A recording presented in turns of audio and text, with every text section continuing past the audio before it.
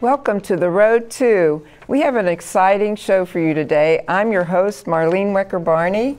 Right now I'm going to introduce our panelists and our guests, starting with Jim Parmalee. How are you, Jim? Tell us about yourself. Thanks for having me. I'm Jim Parmalee. I run the Northern Virginia Republican PAC, Republicans United for Tax Relief, and I host a series of shows on this fine station. Thanks for coming. Thank you. And next, Mike Lane. How are you doing, Mike? Marlene, it's good to see you again. It seems like forever since we've done this. Our regular viewers will remember me as the inside the Beltway perspective on all this. Once upon a time, I was sentenced to a term of office on the Arlington County Board. I've been a party chairman at the local and district level, and now I live in Alexandria with my dog Pomeroy. Great. And I'd like to meet Pomeroy. Actually, I've met You've Pomeroy. met Pomeroy. Yeah. He was on the credits once, That's right. And John Flannery, we're pulling a switch today because he's usually one of our regular panelists, analysts, and now he's a candidate for Loudoun Soil and Water. I like that, analyst, panelist. Yes, I've enjoyed being on the show. We were trying to figure out how long it's been. It's been like 7 years we've been doing this. At least. And I'm a recovering federal prosecutor. You never get over having that kind of authority as a young man. And I have spent my life mostly doing law and politics. I'm in private practice now. I represent the abused and misunderstood. I've never met a person that didn't think at some time or other they fit in that category. Probably. And I'm very active in matters involving soil and water in our community. And so this time I'm standing for a nonpartisan independent board, which basically has a coordinating and informational function to help people with what they should do so that they have decent water they can drink. I'm all for that. Comes right out of the Loudoun County aquifer, huh? Well, on the western part, probably, as opposed to the Potomac, which is most of the eastern waters. Very good. And finally, our guest, Jennifer Boysko, running for delegate in the 86th district. Welcome. Thank you for having me again, Marlene. It's really it's a pleasure to be on your program. Pleasure to have you. Thank you. I'm running for the House of Delegates. It's the second time that I've run. Last time I came only 32 votes short of being a long-term incumbent. Wow. For the past the majority of the past 8 years, I worked for John Faust, the Drainsville supervisor, helping solve problems in my community, working with the nonprofits, with the other jurisdictions in the area, focusing on things like the Dulles extension for Phase 2 for the Metro, working with our schools in the education system, working with our nonprofits and the social safety net to make sure that we harness nonprofit dollars when we don't have enough money to pay for it through the county budget. And I am looking forward to this year. It's going to be a great one. Thanks for having me on the show. Well, thank you for being here, and I think you have good qualifications for the office you're running for. All right, so let's get first to the national topics, and as usual, we have a lot to talk about, starting with Israeli Prime Minister Benjamin or Bibi Netanyahu came over here, invited by John Boehner and Congress, some of the people in Congress, and was not invited by the president, did not visit with the president, was shortly before the Israeli elections, and talked about Iran and the nuclear negotiations that were going on. So what's your reaction to that? Since that time, of course, there's been the at least framework of a deal. President Obama just came on this past Thursday to hold a press conference and talk about the deal that they're hammering out. But what's your opinions of that? You look like you're interested. What do you think, first of all, about Prime Minister Netanyahu coming over here, and talking to Congress without the president being involved in that? Well, I was going to go. I was more interested in the actual treaty part, but we can talk about both. But yeah. I mean, the invitation. I mean, foreign leaders speak in the United States all the time. I'm going to guess the president didn't. And you mentioned he didn't also meet with President Obama. I suspect he wasn't invited. But, you know, I don't think that was terribly out of the ordinary. So, but the actual treaty itself, or the potential, I guess it's a potential for a treaty itself, it does seem to have a lot of bipartisan opposition. And so I don't know the details of it. I don't know if anybody knows the details of it other than the president and John Kerry. But so I think it's too early to tell, but it does seem to have bipartisan opposition. Well, the treaty is a public document. I mean, I should say the agreement to have an agreement at some point in the future. Settlement terms are what we do privately and in public life. But there's no treaty yet. No, there's no treaty. But the terms of agreement can be reduced to language, and they will or they won't in June. And so you can only disagree with the terms. And the terms, simply put, are you have to do certain things, you, Iran, and we will lift sanctions accordingly, and you have to act first, and then we'll follow. And the reaction in Iran has been tremendous among the people, which the good news is puts pressure on the leadership to continue following the terms as outlined.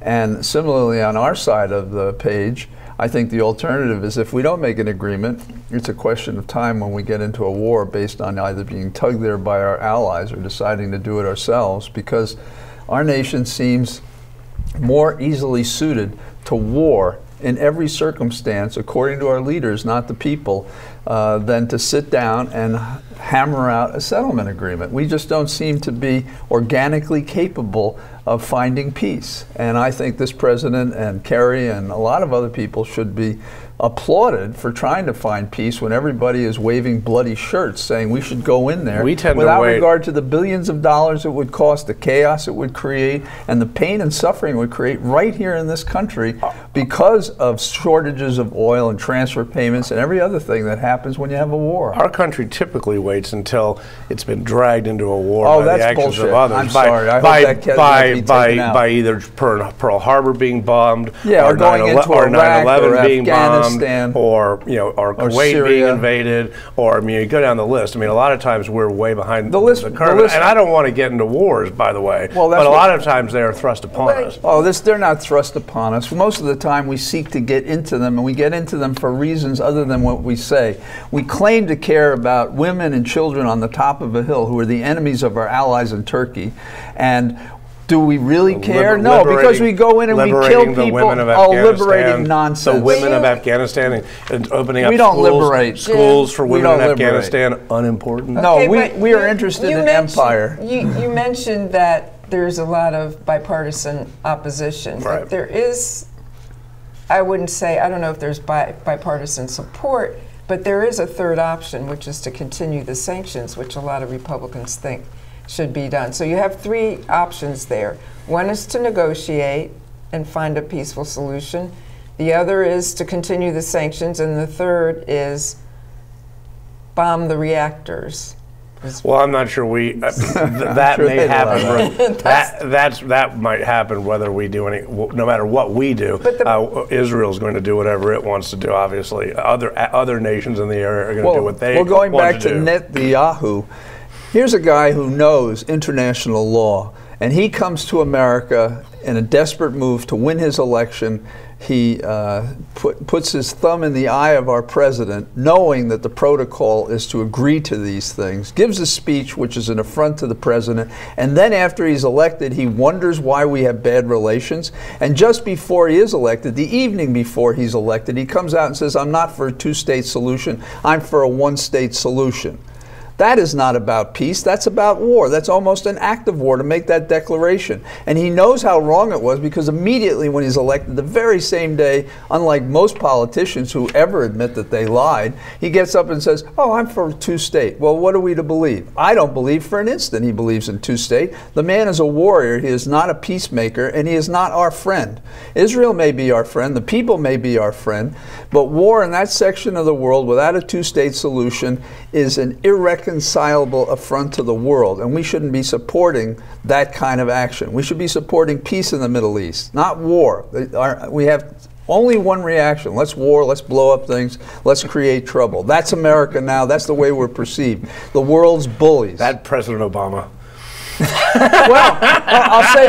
Well, wait a second. How dare he? No, wait. I'll tell you. There's a disease. There's an executive disease. We're trying to see how worked up we can get you on that. Maybe it's I'm sitting so closely. I thought we would meld into poverty and peace. It is a rough issue. It's a very complicated issue. Let me observe, just for the record, that my pre-show theory about putting John and Jim next to each other to change the dynamic was clearly wrong. Well, I don't think it's our personalities. And I didn't think that would be the case.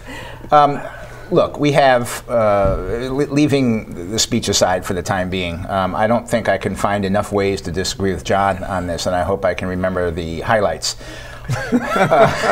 We have an agreement to have an agreement. Now, we don't really know what the agreement is. There was no written statement. There was a single joint statement between the European community and the government of Iran.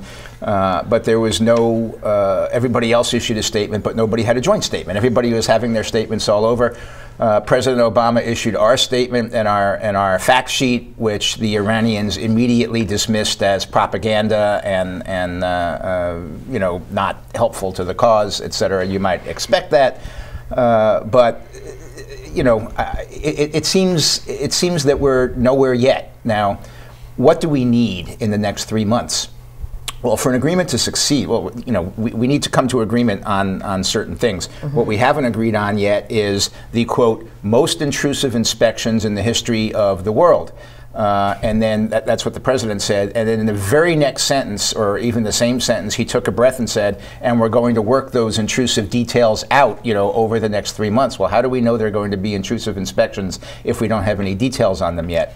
A goal, I guess. Yeah, well, it's our goal, but it's not Iran's goal, and so we're essentially still at square one. No, that's not true. That's not true. We're talking for the first time. Well, we're talking, and we have both agreed. We have both agreed that we are going to settle upon terms that reassure us that you're doing what you say you're going to do. But you know what, otherwise, the sanctions don't go away. It's kind of weak.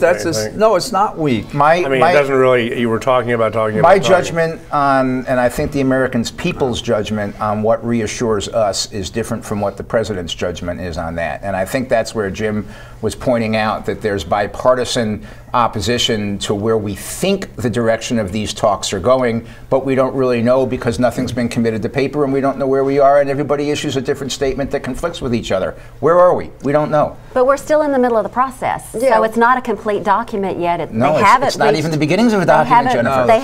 They haven't reached consensus yet, but they're talking, which is a step in the right direction. But do we normally have a Rose Garden? Here's what we're talking about. Let me say one more thing on this, and then I'll stop filibustering. When we went into negotiations 18 months ago, we had multiple United Nations resolutions which said Iran will not have a nuclear program. There's no need for a nuclear program. They will stop their nuclear program. There will be sanctions until they stop their nuclear program. There's no peaceful, there's no wartime, there's no nuclear program in Iraq. We had multiple UN resolutions on that 18 months ago. Now we've negotiated away all those resolutions. We've negotiated away. They're still in place. They are still in place, and they will remain in place until we have an agreement. The joint statement between the European community and the Iranians indicated those sanctions would all go away. Will go away. They haven't done yet. Go away when they've satisfied the prerequisites let me finish. What they're doing with nuclear material. Not only have we negotiated away the sanctions, but we've negotiated away the requirement that Iran stop its nuclear program. We've negotiated away the right to... No, that's not true. We're talking about military grade. We're not talking about... The UN resolution said they were not to have any nuclear program. It didn't specify nuclear military grade, whatever. It said no nuclear program. So you think they should have no nuclear program I think at all? None? Absolutely none. Not for energy. Iran having, what does Iran need an energy nuclear program for, John? Come on. What does the world do? We have it all over Europe. They have nuclear programs. Because they don't have nuclear weapons. Europe doesn't have the same amount of oil as they do. In addition,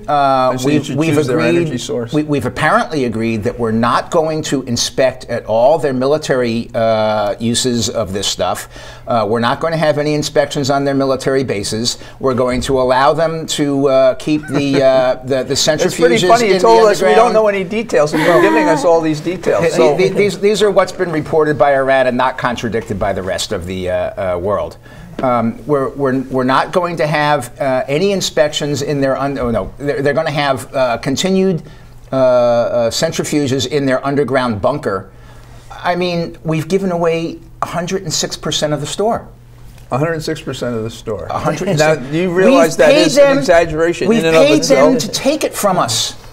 Oh, come on. It's just right. amazing We don't to me. know. No We more don't know all filibuster the for me. details. You're right. I'll come back in July. Yeah, and we'll, I don't know that it's we'll talk wise, about though, this. to oppose something before I don't the oppose deal has it. been I hope the president's worked right. out. Well, no, but in all I fairness, do hope the president's John's right. supporting something that we haven't actually gotten in writing, so it would be okay if Mike were to oppose something. I mean, we are He's debating supporting something the that doesn't exist. negotiations. We are debating something that doesn't exist yet. It is talk, and talking is great. Talking itself is not necessarily the accomplishment, and we just Obviously. I mean, we're debating stuff that hasn't been. Not even decided to be decided. Okay, so what is your position? All right. They shouldn't be talking at all. And Oh, no, because I we're said so afraid of talking these is guys, good. we shouldn't do Talking anything. is And we good. should launch the missiles But let's- immediately. Talking is good, but While let's they're not ready let's not for get it. that Here's the excited solution, John. about it. Here's the solution. The solution is we keep talking until June, when the deadline is. We come up with the best agreement we can. Next week, when the Congress comes back into town, we pass conditional sanctions on them. If the talks don't work on July 1, the sanctions immediately kick in, and we bring Iran this is such back nonsense. to its knees. And Okay. We're third at the thing table is, because of the third- sanctions. the How third many thing- more sanctions do you need? Why don't we just beat them on the head? Why don't we tear their clothes off at their, show them that we're tough? third We thing are is- John Wayne, and if you people think you can take us lightly, we'll put even more sanctions on you. We'll build a wall third around thing- your nation. Forget The John third Wayne. thing We are in the John nose. Flannery. the third thing Good old is, John Wayne, right? and I love it. Armchair, let armchair him finish. diplomats. And you will Okay, go through the roof let on him this, I finish know. and But the we're third moving thing on. is we have to negotiate from strength, which means we put the military Are we option weak? back on the We're table. moving on. We're weak. We're so weak. We're such a frail nation. We're everywhere on the planet. We give billions of dollars away while people can't eat food in our own nation. We compromise Social Security. And we're so weak and fragile and perceived as weak. No, we terrify people. They don't want to cooperate with us. They're terrified of us. We have the world doing things We because they're afraid of terrify us. people. Yes, Okay, we guys, do. Hold on, guys, America, wait. one of the greatest forces for good Oh, in the history of no, mankind. we are not. There may have been one of the times. greatest forces for good We're in the gonna history talk of about mankind, America right and we are now. just a nation that What? terrifies everybody. Come on. Yeah, gonna- killing innocent come on. people We're all gonna through the talk Middle about- East as we're gonna collateral talk about damage. America right That's now. winning us friends everywhere. Which is Indiana and the Religious Freedom Restoration Act. Okay. A further Ano- example of our declining culture in America. Okay. These people, there should be a sign as you go to Indiana that says, you're entering a time machine. Set your clocks back 200 years. That's what it says.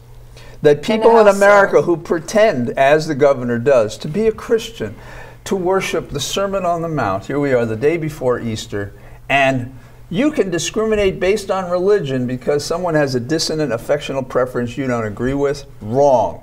I think it's great that businesses are saying shut down the state if they don't do it right, and I'm not sure the amendments satisfy the problem. You have people who are bigots and prejudiced, and they are out of touch. And I'm glad that politically, it may take 5 or 10 years, these people will be on the dustbin of history. We'll be looking back at these people like we look at the Dred Scott decision and every other foul anti-civil libertarian act in the history of our country. The original purpose of the RFRA in the 1990s, it was passed almost unanimously in the Senate, was to protect minority religions from being discriminated against. It wasn't to let people discriminate against other people using their religion. Right. My father is an Episcopal priest. I've studied theology for many, many years. I firmly believe in freedom of religion and making sure that everybody is respected and tolerated. But when you start hurting other people, calling it your religion, that's where your right ends, I believe. I applaud Governor McAuliffe for standing up and inviting people from Indiana to come on over to Virginia because we're welcoming, we are inclusive, and we want to treat everyone with dignity and respect, and that's the kind of Virginia we need. I'm also from Arkansas and Alabama, so I have seen discrimination at its finest, and that is not what we need here in Virginia. Well, thank you, and thank you for the background. Marlene, what we're struggling with, I think, as a country, is when you have overlapping rights or whatever you want to call them, where do we draw the line? For instance, we all know that Jennifer's right to swing her arm ends where my nose begins. Okay, she can swing it all she wants, but she can't hit me.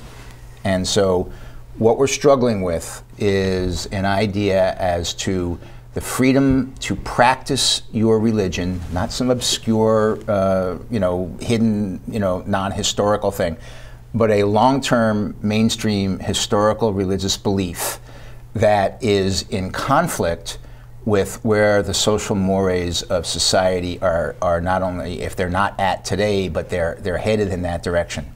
And we're struggling to find that solution. And we haven't found it yet. Not everybody's satisfied. There are, John pointed out, there are probably some intolerant bigots on the hiding behind RFRA that are trying to figure out how to legally discriminate against various groups. And at the same time, and particularly gays, would be discriminated against. And at the same time, we have an incredibly loud and intolerant lobby that is essentially anti-Christian and doing their best to destroy. Can you give us an example of who that anti-Christian lobby is? Yeah, I would say the Human Rights Campaign is probably very high on the list, and there are others. They will not tolerate any residual mainstream religious beliefs that are out there, and so we're struggling to find this thing. You have a pizza place that was shut down yesterday or 2 days ago in Indiana because they said they probably wouldn't cater a gay wedding, and so they were shut down. A pizza place, who has pizza for weddings anyway? I don't know. But they were shut down. There were multiple tweets about let's go burn that place down. The intolerance on the left was just intense and astronomical. The Human Rights Campaign is not behind that. They're not going to tell anybody to go burn anybody. I didn't say they were behind that. I said they're essentially an intolerant group. I disagree with you on that. We can get into that, but let me. Give me 30 seconds to finish my point, and then you can why not get tear into me it apart. now? I mean, you made the remark. You made the statement. Outrageous. Okay. When you have an organization, a corporation even, that says, okay, we welcome gay employees, we welcome gay customers, we welcome gay birthday parties, we welcome any aspect of the rainbow in our business. But we are Christians. We're a closely held company. We're privately held, and we do not privately cater weddings to gay people. There's a disconnect here in terms of the values of the American people. If you open a restaurant and you say I'm available to everybody except you because you're Irish Roman Catholic, you because you're gay, but John, you because you're black, just said that wasn't the case. wrong. I just said that wasn't the case. That is the case. We're That is doing exactly the case. I said we're that doing gay objecting employees. We're doing gay customers. We're doing gay You don't birthday get credit. parties. It's not a balance. No, It's not I'm a not balance. saying it's a balance. I'm saying we're trying to find a place where my best friend is black. You're not black, are you? I'm colorblind. Oh, I'm so impressed, John. I really am. My best friend is gay. That's what you're saying. I have an employee who's gay. No, that's See? not at all what I What said. are you saying? That is exactly what That's you're saying. not But at I all don't what I said. serve gays. No. I won't have a party for them. No. You I open said we do a party for them. You do a wedding for them? I didn't say that. Well, that's my point. where does Why it- not? If you do weddings for everybody else, you do a wedding What about for if them. it's a white person and a black person getting married in the 1960s in Virginia? There was no religious people argument refuse- against that. There were other People arguments use against it. religion. There were Actually, social yes, there arguments, were. but it was not. Yes, there was. It was not. God disapproved it. God did use that disapproved as the a mixing of the reason. races. They take it back to Yeah. Babel. That's the argument they There gave was a from our... Sorry. That's okay. There was a religious argument against left-handed people at one time, because left-handedness was supposed to be the mark of the devil, and you were a witch, and left-handed people were actually, that was a They weren't religious discriminated argument. against. They were just taught to It write with their seems- right hand. it seems ridiculous. That's not discrimination. It seems, that's discrimination. It seems ridiculous now. Come on, nobody was You think denied. next they'll be saying only Nobody Democrats was denied the right to run for right with president their because they were left-handed. Come on, let's Not get now, real. but at one time, if you use that argument, at one time they would have been on the basis of religion. And we had People black look people at and white suggestion- people who were okay. not allowed to marry based on religious beliefs of other people. we know that that is wrong. We have moved forward in that. This is just another step. People are people. Love is love. If John and Jim get married, it does not in any way detract from my marriage. It does not threaten me in any way. Nobody ever alleged that. By the way, because Jennifer, that's not my point. My That point. is the point. No, I never said anybody was detracting from your marriage. I never said didn't anybody say that you didn't love did. anybody. You know, I mean, my point is that there are people who have deeply held religious beliefs. That, and I can tell from your thing that we have somebody signaling over the way. We've been on this too long. I can, you know, there are deeply held religious beliefs, and what we are trying to do, or what the intolerant lobbies are trying to do, is to tell people who have these deeply held historical, true religious beliefs that they're not allowed to hold them anymore and stay in business at the same time. And I think that is intolerant. You're choosing to serve the public. Businesses but we're going to move. don't have religious beliefs. People Sure have they do. religious beliefs. No, they We're don't. Businesses are not people. If it's a closely held corporation, No, Well, they are there to provide a absolutely service not. to We're the gonna move community. on in They're a not, minute. They We're don't go gonna- to church. Businesses don't go to religious services, do they? they make contributions to religions. Yeah. That doesn't matter to me. That's not. That's another whole not They're the very same. supportive of religions. All right. Money is But they are belief, not. right? They are not Money is active belief. Money is religious. speech. Again, Ergo. we have not solved another issue, but But in we any case, disproved his proposition, which I think we are is pretty going to. useful. We are about to take a break. I think. One thing that we're going to be starting, and we can talk about it now, is that there were, and I think these two things tie in together. Actually, there were teachers and administrators in Georgia, Atlanta, that were accused of racketeering, charged with racketeering, because they were changing answers for kids on standardized tests, and in some cases giving them the correct answers. I don't know if racketeering, and you can probably tell us about this, Well, the elements is of the it. right subject. elements of the But I crime are think there. this also ties into standardized tests in general, which we are going to talk about when we come back from the break.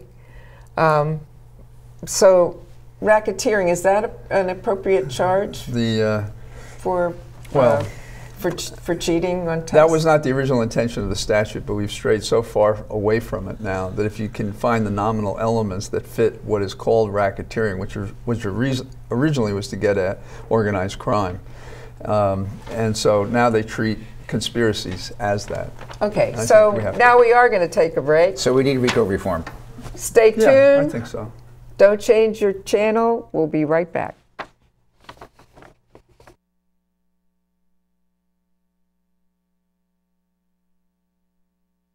Remember what that flag you're waving stands for. Remember, please stop the hate. We're stronger when we are united. Remember what that flag you're waving stands for. One nation, Under God. Indivisible. with liberty. And justice. For all. In America, there's either room for everyone, or it's not America. Don't pick the wrong fight. Let's keep America land of the free. Stop the hate. You'd never know it on the battlefield. But nearly half of today's military are National Guard and reservists. However, they can't answer our nation's call without their employer's support. If you're an employer, visit esgr.org and find out how to do your part. After all, their response depends on yours. This is Mommy's bed. Me and Jenny were jumping on it. Mommy's gun fell on the floor. I was a cowboy. Bang, bang, bang, bang. I said, Jenny, wake up, it's just pretend. But she wouldn't wake up.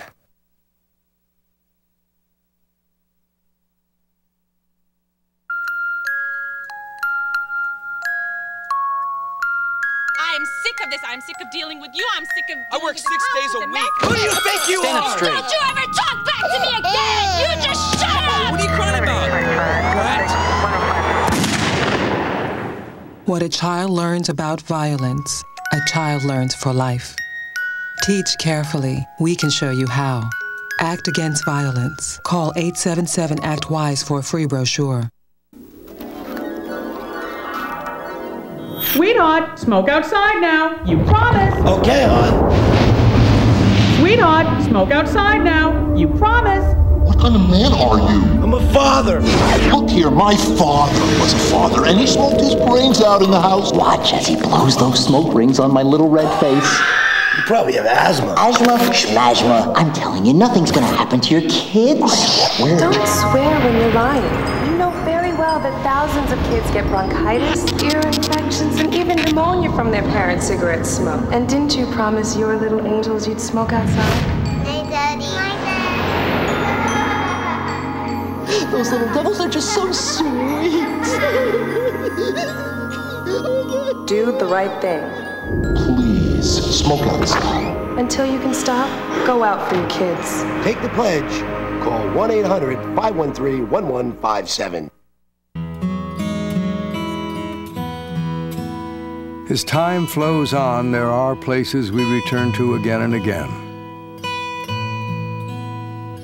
Precious places. Timeless places. Places that, with your help, can endure forever. I'm Paul Newman. Help the Nature Conservancy save the last great places around the world. Welcome back to The Road to. As you can see, we're still hotly debating issues here. But before we went to the break, we were talking about the racketeering charge of the administrators and teachers in Atlanta for cheating on standardized tests for the kids. And this just brings up the whole subject of standardized tests in general and SOLs versus Common Core. So what do you think about the idea of having these high stakes standardized tests to begin with? In Virginia, you need to get so many. You need to pass so many SOLs to actually graduate from high school. I mean, we probably all have strong views about studying to the test as not having very much to do with how you use your mind. The flip side of it, which is what you started, is about the prosecution. And several of us may also agree about this, I think, which is that not just that case, but America, federal and state, overcharge. They charge people with crimes they didn't commit. No, they didn't commit when they charge it. And that's to bargain the person, because almost, I don't know, 97 or 98% of all cases end up in pleas, and they're not all good pleas. They're pleas, you do this instead of facing large sentences and discrimination and, you know, losing pensions and all sorts of things. And I'm sure that's going to happen here. I don't see how, when you have a reference system in which you take the test and then you teachers change it, you know, that it's just not. That's certainly an offense. Where it fits on the spectrum of administrative, taking into account why they do it, to misdemeanors, to racketeering felonies, that's something else. And Mike and I were talking, and I think we both agree, racketeering statute is just way off the scale. They use it for everything, you know, for the rank and file or small.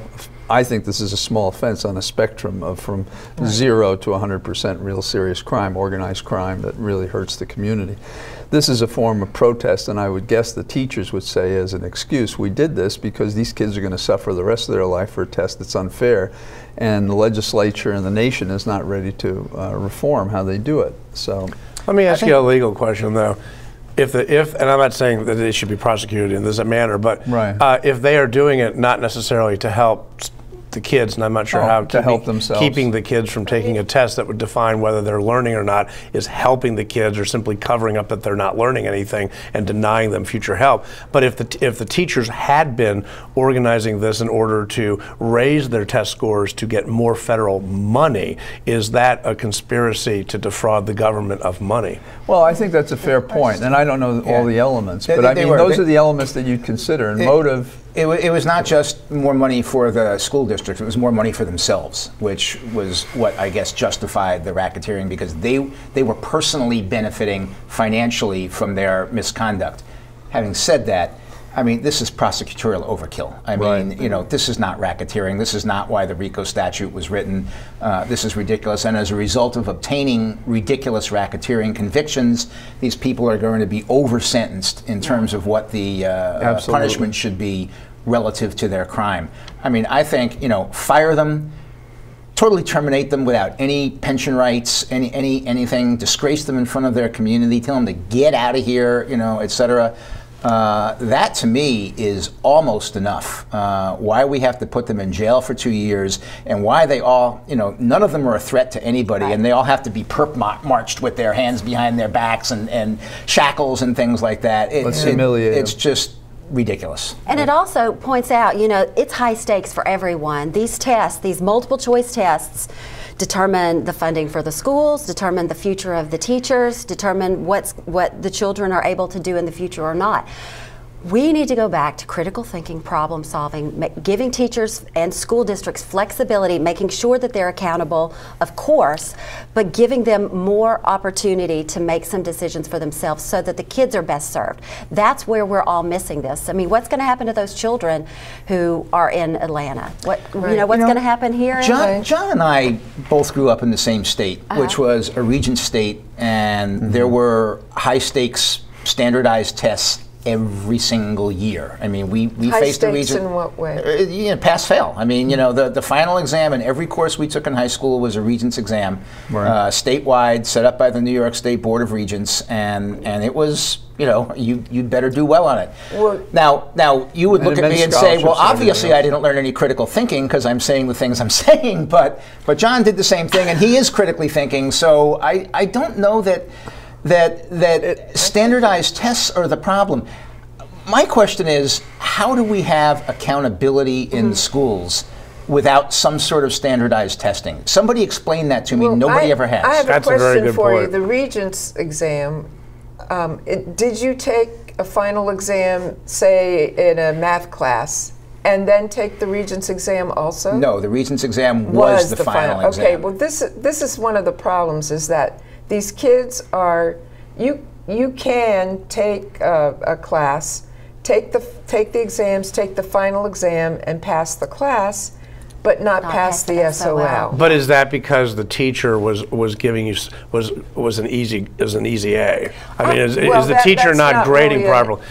If I graduate, that's not an answerable question. Oh, it is. If I graduate without being able to read, it's an answerable question. In some cases, maybe that's true. Maybe the teacher could make their own test so easy.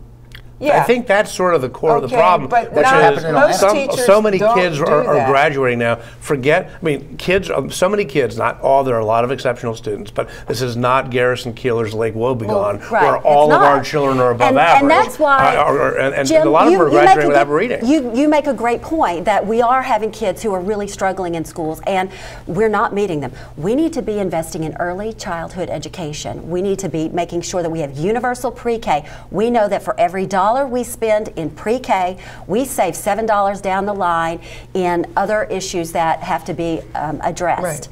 Right. That is the first step. I didn't have pre-K, and I did very well. And you know what? You probably. But I'm not saying necessarily you shouldn't have it. I'm not necessarily saying you shouldn't have it. Communities. But here's the thing. I'm talking about, we have people who are coming here from other countries who don't have English language skills.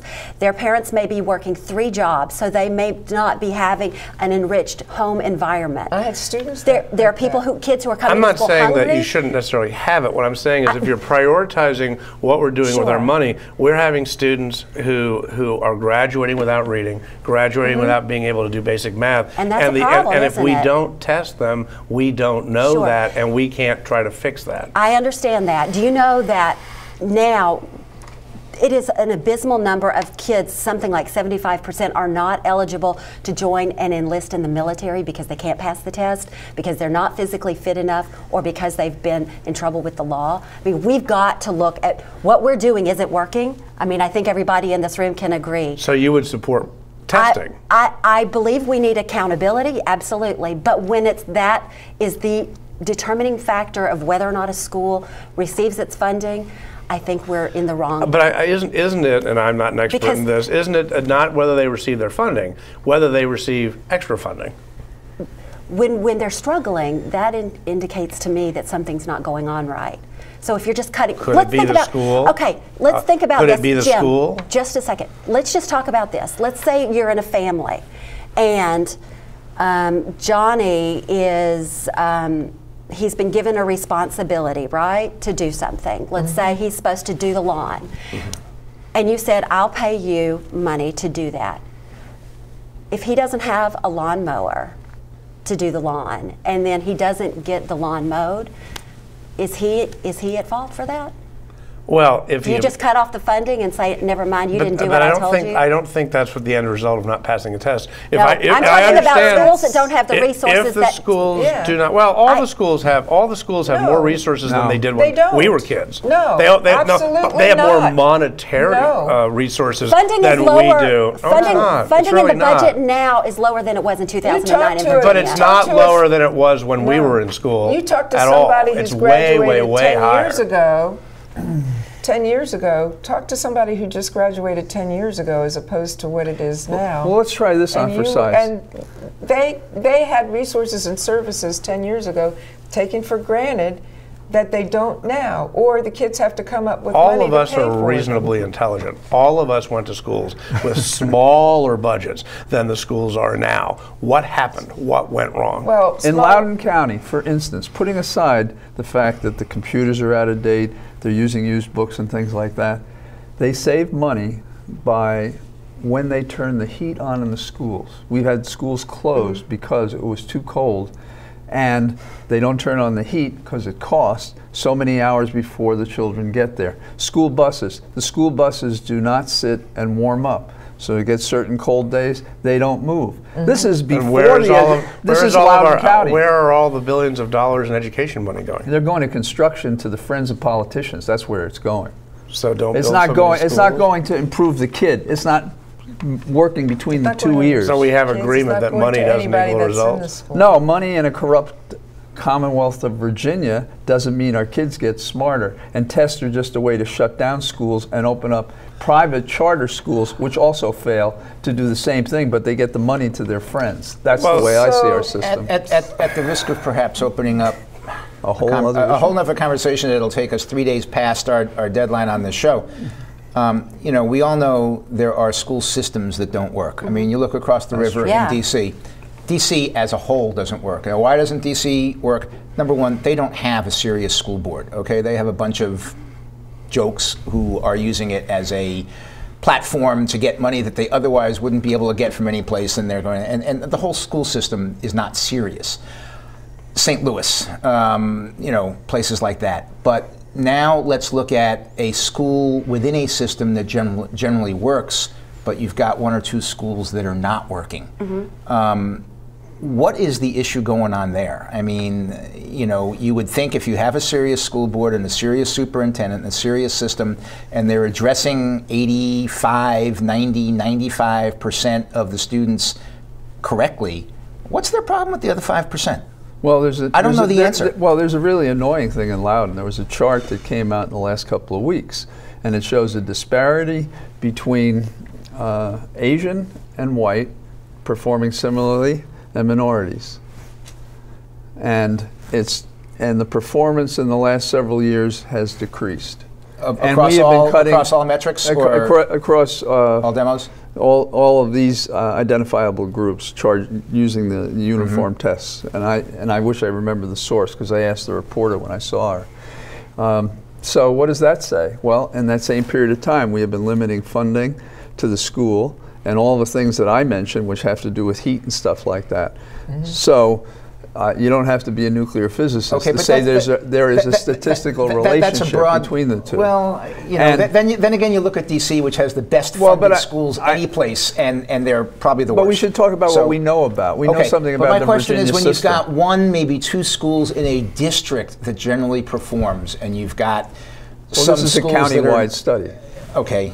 So what did you find out about specific schools? Well, I think full funding is a good thing, and I think full funding for things that have to do with thinking and education. Well, it's a whole county. Well, where does the money? 350,000 people. I think a lot of it is just what Jennifer talked about before, demographics and kids that are coming home and their parents are working 2, 3 jobs. They're not there. They're charged with watching younger siblings, with working after school to help the family. But we've had that problem throughout American history. I'm telling you that we had that when we were kids. The teacher assigns homework, It's practice for whatever concept they've learned, and they don't do the homework. The only place But it's no different than when we were kids. These are all the same. same I went to the principal's office and I was in trouble. We were able to learn things and be taught by fine teachers without the financial resources that we have now. And what standardized tests were you taking? Did you take? We did take them. Yeah, we took them. You did? What did you take? Well, I was like, there weren't any SOLs. 12. I don't remember when. There weren't any SOLs. I vaguely remember it was like a California-based test. Or whatever Maryland would have had. But I was in, we had standardized tests at our age. I took the SATs and the PSATs. And it wasn't like, but it wasn't high you don't stakes. pass. Every test. I'm telling you, Jim, it was high stakes to the kid. I've got college-age children, and I will tell you that there are kids who performed on the SAT over 20,000, over the 2,000 number, like made over 600 on each level of the test. That would be 1,200. No, it's a Remedial three. It's SOLs. a three. Now they've it's changed. a three thing now? We are so old. out of it. We are old. They have changed. So out of it. But let me just make my point. These kids have over 4.0s. They take, maybe 5 to 6 AP classes. We didn't get to have over a 4.0. Okay, let me just finish telling you this. Over 4.0, varsity sports, leadership. Over the 2,000 limit on the SAT, not getting into UVA, not getting into William and Mary, not getting into James Madison, not getting into Virginia Tech. Talking about high stakes, when I went to college, I applied to 2 colleges. I got into both of them. It was no big deal. We're now looking at kids who their entire they are working themselves like dogs every single day to make sure that they are meeting. Right. I did not work anywhere near what my children had to work. I did not take 5 or 6 APs in 1 year, which is more than a freshman in college would be taking. I took actual college courses when I was in high school. Well, that's good for you. Some of them. That's we good had an exchange program with colleges. That's so excellent. Those were but the definitely at least AP courses. To get into a state college, a state university, one of our most prestigious, is above and beyond what I ever faced, and I would challenge is higher than what any of us faced. It's a reality that the kids in Fairfax County are facing every single day. They work themselves like crazy, and then they end up getting turned down. Why aren't we getting? I think that's a different issue than our school. Well, you were just saying we all worked hard and we all had high stakes stuff. I'm saying it's different. It's a different world that our kids are living in. Well, I went to William and Mary, and they are saddled when they get out of college. They're saddled with so much debt that they can't afford to buy a house. They can't afford to get a car. They're looking at hundreds of thousands of dollars. If they could get a job, they could do that. If you graduated with $250,000 of debt, that would take you a long time It would. And the first thing would be paying that off and to get a job. Well, if you can't get a job, then it's hard to pay it off. And some kids are not able to get jobs who go to top level schools. But I think what I'm worried about right now are the kids who are having a problem learning how to read. And if we don't test the kids who are having a problem learning to read, but the suggestion I'm hearing from a part of the group is that this is high stakes and it's somehow unfair. We need to find out, and there can be bad tests, but if you have a properly done test, we need to identify where the students are who are being failed by the school system so that we can help them first, and then we can worry about getting them into William and Mary later. But when the school system is punished because they have more kids who can't meet it, because maybe they have English language learners, maybe they have kids.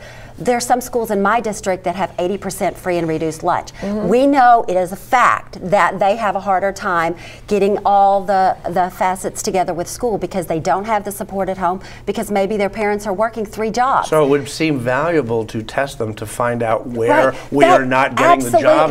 You and I agree on that, but it's when the resources are eliminated because they're not adequately performing. So that's my problem.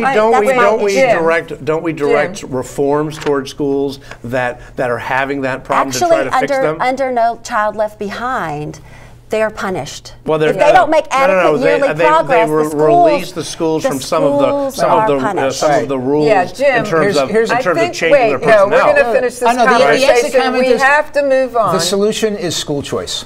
Well, the solution is strengthening our schools the funding and the resources that they need. But they're getting so much more than when we were in school. Oh, so my question, hold on.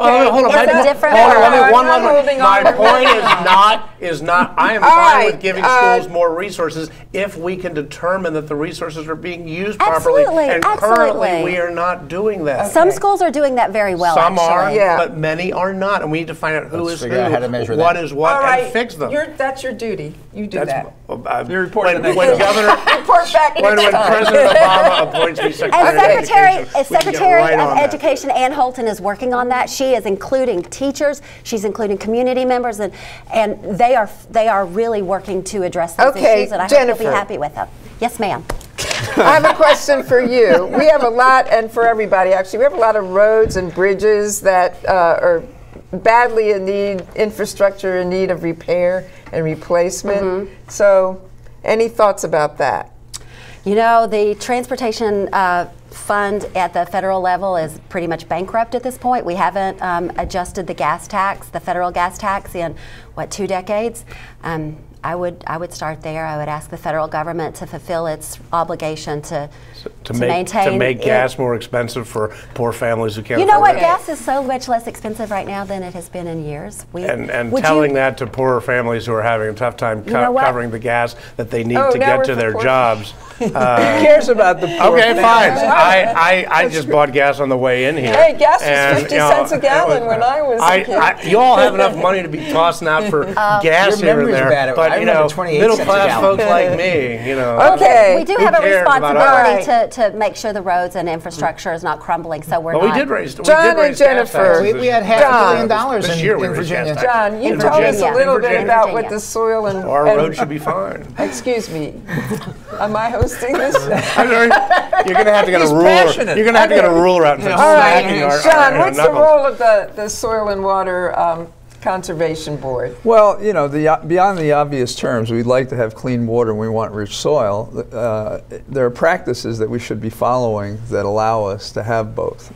And the simple answer is that people, when they have waste in the water and so forth, they're compromising the water they're going to have. And if they have to understand it's a cycle, you know, goes into the streams, goes into the air, becomes part of our groundwater. In Loudoun County, where I'm interested in helping on this issue, in the east the water is often from the Potomac. There's a Bull Run fault that runs through the center of the county, and in the west we have very many wells and septic systems. So the water levels that we have in the aquifers and the groundwater and so forth determine what kind of water we have, what kind of supply we have. And if you're using the wrong pest control devices, if you're allowing farmers to have waste go into the rivers and creeks rather than having fences and having water sources within the fields, then you're compromising the water. So is this all on the citizen? No, it's not. There are all sorts of grants, federal, state, and local, sometimes up to 100%, to have these remedial actions taken so that the water is more likely to be with us longer rather than shorter. So that's kind of a thumbnail sketch. John, tell us how much this job pays. Zero. That's what I thought. No, I think I get a meal after the monthly meeting. Oh, wow. But not, that's graft. no, that's it. You know, but you don't do this for that. You do it. You know, that was my point. It's like why you ran, why all of us are interested in it. But should you be elected, you will have the term the Honorable for life. Oh, that's kind of nice. Well, I'm an associate director, and I would continue whether or not. Well, yes, wouldn't that? Okay, wouldn't that be an oxymoron? Yes, right now, we pulled another switch, and I'd like to introduce our producer, our honorable producer and director, Tony Barney. And Tony is now a candidate. Now has been a candidate for a while, but running for the Sterling District Board of Supervisors in Loudoun County. Welcome to the show, Tony. First time you've actually been in front of the camera. The very first time in 17 years. This is our 17th season. 17th. Wow, we were wrong. Yeah, we just started our 17th season. And this is the very first time I've been out in front of the camera. I know. And it's kind of scary, isn't it? Not for us, but for you. For me, yeah. We're always acting crazy here. But anyway, so tell us a little bit about why you're running for Sterling District Supervisor. Well, I'm running for the community. I mean, I think it's been for a long time, our community has not been well represented at all. We're not getting our fair share of resources, we have a current supervisor, who just does not bring accountability to the office. So I'm running for to bring accountability and ethics back to the office of Sterling District Supervisor, and for the people of Sterling. No longer Sterling should not be the doormat of Loudoun County. We should get our fair share of everything, and I plan to be a strong advocate for our community to make sure we get our fair share of everything. Well, we definitely need an advocate. Yeah, I mean, currently we have a supervisor that sits on the board and votes no to everything, doesn't like anything, and I'm willing to work with everyone to make sure we move forward. And you have two primary candidates. The primary is May 2nd, 12 to 4 at the Sterling Community Center. That's a Saturday, May 2nd. Yes. What sets you apart from the other two guys that are running against you? Well, I'm the most experienced person running in the community over 20 years. I've been involved in almost every phase of the community, community relations, an advocate, the Sterling Foundation, vice chair. I've also probably, including the current supervisor, the only person that's running that's actually done anything for the Sterling District and Loudoun County by bringing high-speed internet. I've also pushed to get cable hooked up to all the schools, government buildings out in the West. I was the Loudoun County Cable and OVS chairman for 6 years, serving 12 years. So, I have a record of working across the aisles and getting things actually done and money into the general fund on my side. Plus my opponents are, they're both nice guys. One's young and inexperienced, and the other one is still new to the community. Okay, our director is telling us that we have to cut it and wrap it up. Jennifer, I would like one more word from you about any issue or anything you'd like to say. Absolutely. I think, if we don't get Medicaid expansion passed next year, we're hurting ourselves. We're losing $5 million every single day. We are leaving 400,000 people out. We have clinics that are closing, hospitals that are closing. We could be using the money from the federal government that we're already paying for our schools, for our transportation, for a wide variety of things. It's something we absolutely must do. Thank you. Thank you for being on, everybody. May 2nd, vote for Tony Barney for supervisor in the primary. May 2nd, Saturday, 12 to 4 p.m. at Sterling Community Center. Jennifer Boysko and John Flannery, November 3rd in the general election. Thank you. Thank you. Thank you. Thanks, everybody.